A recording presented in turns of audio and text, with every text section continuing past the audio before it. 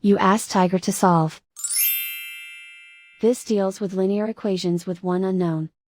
The final result is x equals 16. Let's solve it step by step. Group all constants on the right side of the equation. Subtract 20 from both sides.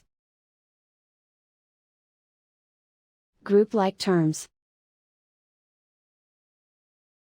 Simplify the arithmetic.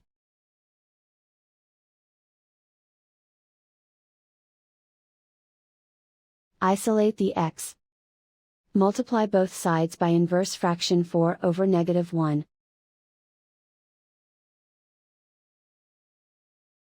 Group like terms.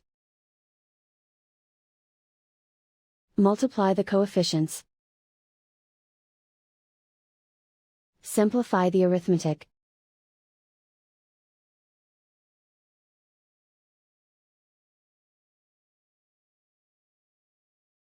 And so the final result is x equals 16.